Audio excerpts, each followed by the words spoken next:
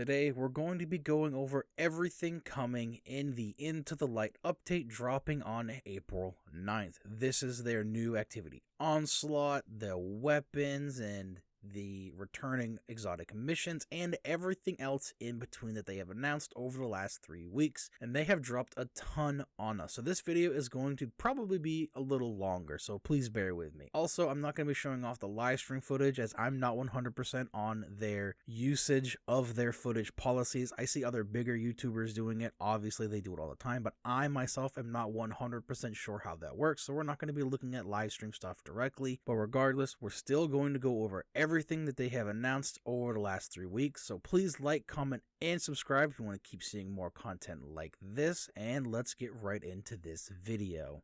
The first thing we're going to talk about is the new activity Onslaught. To begin Onslaught, you'll be dropped onto a map and tasked with defending one of 3 possible locations. Your mission will be to defend your Advanced Defense Unit, ADU, from attacking enemy waves and make your way into a pyramid ship to defeat the boss on board. If at any point your ADU is destroyed, your match will end. Defending each location consists of 10 total waves. The first 9 waves will be divided into 3 wave rounds, with the waves in each round ramping up in differentiality. Most of these waves will be focused on defending your ADU, but you'll also have the chance to go out on the offensive and take on the witness forces on the pyramid ship. After each round ends, you'll get a short breather before the wave difficulty is reset and the next round begins. Once you've completed 9 waves, you'll move to the 10th wave, where you'll board the pyramid ship to take on the boss. After you defeat one of many possible bosses, a chest will drop and you can claim your well-earned rewards. Defeating enemies will allow you to collect scraps, which you can use to purchase and upgrade your defenses. These defensive units, such as trip mines, decoys, and turrets, will be placed around the defending area and auto attack or take damage from incoming enemy waves. The defensive units have 3 levels, and upgrading them will increase their effectiveness, but be careful. If your upgraded defensive unit is destroyed, you will need to repurchase and re-leveled. Building a stout defense with the appropriate upgrades is critical to ensuring your success, so spend wisely. During your defense, be on the lookout for ADU batteries that can drop from saboteurs and other special units.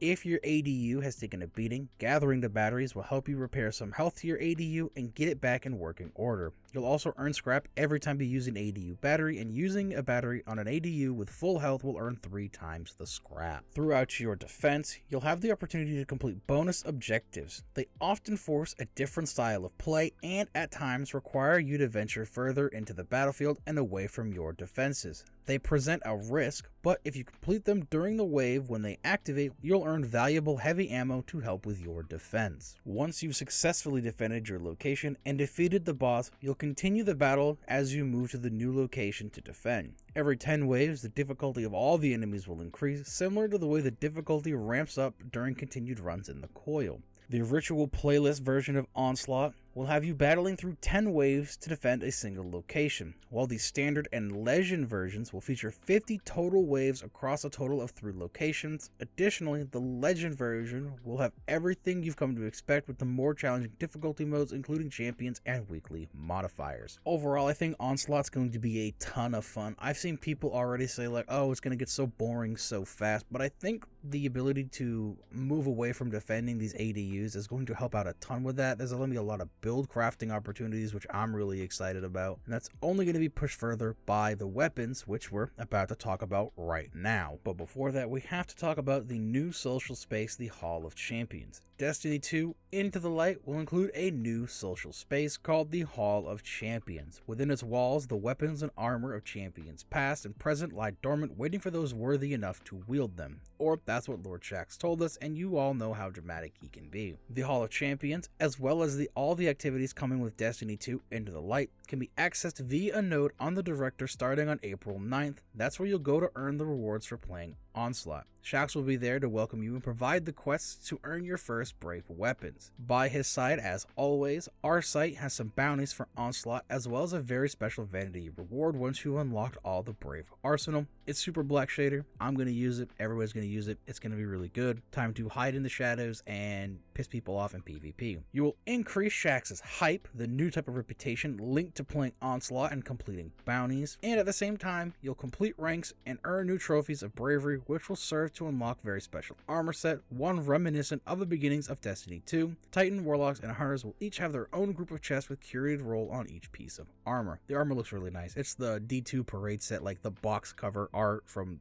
D2 way back in the day. It's really clean looking. The Brave Arsenal includes the return of iconic weapons from Destiny 2 and Destiny 1's history. They include the Mountaintop, the Recluse, Hammerhead, Edge Transit, Forbearance, Succession, Falling Guillotine, Blast Furnace, Luna's Howls, Midnight Coup, Hung Jury, and Elsie's Rifle, which was previously the Stranger's Rifle in Destiny 1. To unlock them, you will need to do the associated quests from our site. Once you do that, you'll be given the special version of the weapon that has an ornament, it has 2 traits in each column, and it is a Destiny developer curated role. Half of these weapons will be available on launch on April 9th, with the rest coming by April 30th. These weapons will also have enhanceable perks when the final shape launches, so farm for your god rolls in the Hall of Champions and in Onslaught, as we'll be able to attune these weapons to give them a 50% increased drop rate, which goes perfect with the 100 additional vault space they are giving us for the final shape. All these weapons are really good. Even Edge Transit as a meme from back in Forsaken,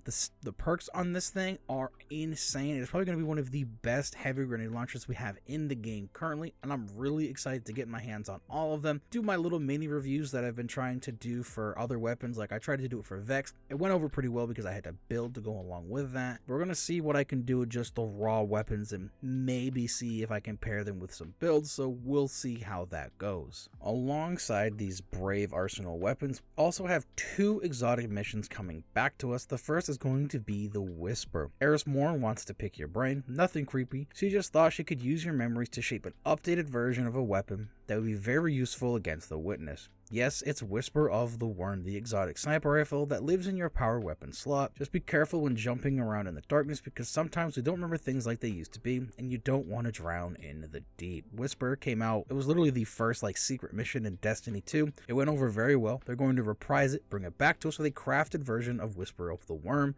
and the crafted version of this weapon looks really good. You have mulligan, you have field prep, you have no distractions, and you have enlightened action. I'm definitely probably going to take no distractions because that's how it's just going to work, because you want to aim down sights, proc the catalyst, and you're going to get that increased flinch resistance for the whole time using the weapon. Whisper will be available on April 9th, so you can go get Whisper of the Worm immediately. The second exotic mission that we're going to get is 0 Hour. 801 has a mission for you. You need to go back to the old tower, take down some fallen pirates that want to get a hold on a very powerful weapon of our past, and maybe, just maybe, face a scary robot called Trevor that feels very lonely and wants to give Guardians a hug. The updated and craftable outperk perfected exotic pulse rifle is waiting for those who manage to avoid him and finish on time. I remember doing 0 Hour for the first time. It was a pain. It took me, I want to say 2 days to get it done with a bunch of different teams, but it was honestly probably my favorite exotic mission in the game, and it's coming back to us with an updated version of Outbreak Perfected. And these missions, like it said in the last little line there, are timed. The normal version is 40 minutes and the legend version is 20 minutes and has all the secrets in it. So if you want to get all the secrets, you're gonna have to do legend and get through it very quickly. The crafted roles for Outbreak are also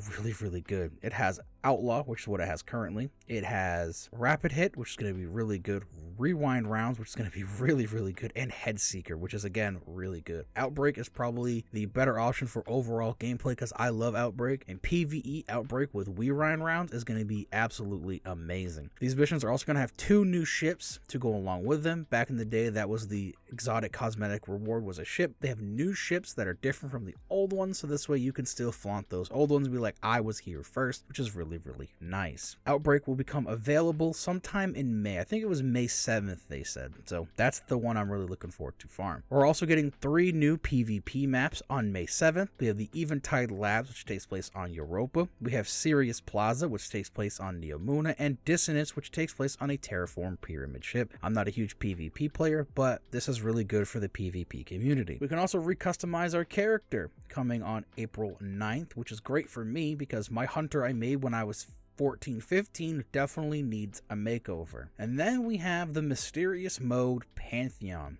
we shared a few words about Pantheon, the new raid boss gauntlet starting on April 30th. In Pantheon, you'll have the opportunity to face raid bosses in a weekly challenge with escalating difficulties and rewards. This is a chance to rally your clan or use Fireteam Finder to take on this challenge. We'll have more details as we get closer to the release. This has me interested. Are we getting raid weapons? Are we getting spoils? What are we getting from this when we go do a raid boss gauntlet? This has me very, very excited. Whoever at Bungie, like, I get it, sentiment's an all-time low, but they cook. They're trying their asses off. And if this is what we're getting for a free content update, I really hope they can knock it out of the park with the final shape, because they've had all that extra time to cook and it better be amazing. Another thing too is that with the new light experience, you can now skip the entire new light quest. Jump straight into the content for Into the Light and not even worry about doing Shahan's missions. And if you do that, you do get something called a new light kit. This comes with 2 legendary weapons, 1 exotic weapon, up-to-date armor, subclass abilities such as aspects and fragments. Again, it's going to allow you to really get into the fight and earn these brave weapons, which I think are going to be amazing, not just for new players, but also going to be really, really good for veteran players. And with that, that is the majority of everything coming with Into the Light. I'm sure I missed some stuff here and there because there's just a lot of stuff coming, but for the most part, that is everything coming